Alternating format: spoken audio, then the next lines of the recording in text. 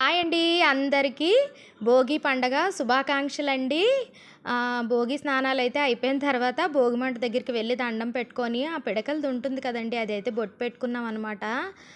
అక్కడి నుంచి శివాలయంకైతే వెళ్ళామండి. రామాలయంలో కూడా దర్శనం అయిపోయింది. అయిపోయిన తర్వాత నిన్న మా బావగారు ఆళ్ళ పాప అయితే మొత్తం అందరికీ ఫోన్లు చేసి, "పిన్ని అందరం ఒకే దగ్గర ఒక 3 డేస్ వండుకొని తిందాం పిన్ని, మొత్తం అందరూ బయలుదేరి రండి వంటలవి చేసుకుందాం" అనేసి అన్నదండి. ఇంక సరే పిల్లలు కూడా హాలిడేస్ కదా! ఇంక అందుకని మా మరిది గారి మేడ మీద అయితే టెంట్లు వేసుకున్నాం అనమాట. కిందనైతే ఇంక కంజెస్టెడ్‌గా ఉంటదనేసి ఇంక ఒక్కొక్కళ్ళం ఒక్కొక్క పనులైతే చేసుకుంటున్నాము. మేము స్టార్ట్ చేయడానికైతే 10:30 అయిపోయిందండి. ఎందుకంటే అప్పటికప్పుడు అనుకునేది కదా! ముందు అరేంజ్‌మెంట్లు అవి ఏం చేసుకోలేదనమాట. అందులోకి నాన్ వెజ్ తిన్నోళ్ళు కొంతమందున్నారు. వెజ్ తిన్నవాళ్ళు కొంతమందున్నారు. ఇంకా ఏం చేసామంటే ఇప్పటికిప్పుడు అనుకుంటున్నాం కాబట్టి ఇంకా స్పెషల్స్ ఏమి కాకుండా కనుమ రోజు అయితే వండుకోవచ్చు.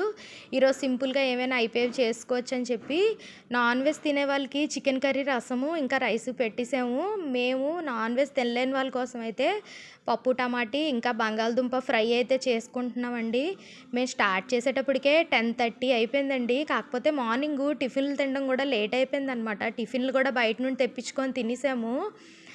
ఇప్పుడు మొత్తం పిల్లలు మొత్తం అందరూ ఫుల్ ఎంజాయ్ చేసుకొని ఒక్కొక్కరు ఒక్కొక్క పని చేసుకొని చాలా సరదాగా గడిచిపోయిందండి. చాలా రోజుల తర్వాత మొత్తం అందరూ ఒకే దగ్గర అయితే ఉండి ఒక 3 డేస్ వండుకొని తిందాము అనేటప్పటికి పిల్లలు కూడా బాగా ఎంజాయ్ చేశారు.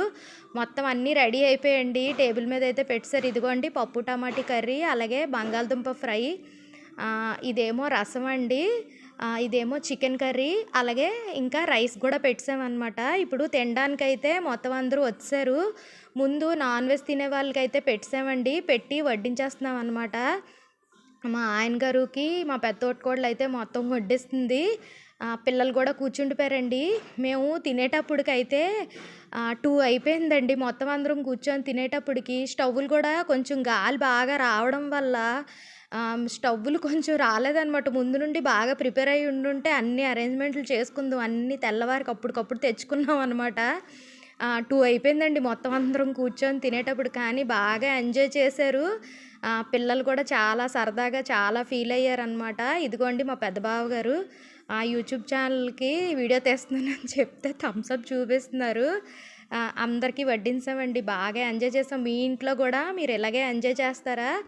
మా బావగారు ఆళ్ళ పాప ఇదిగోండి ఈ పాపే చెయ్యి పెట్టేసుకుంటుంది కదా! తినే మొత్తం అంతా ప్లాన్ చేసిందనమాట.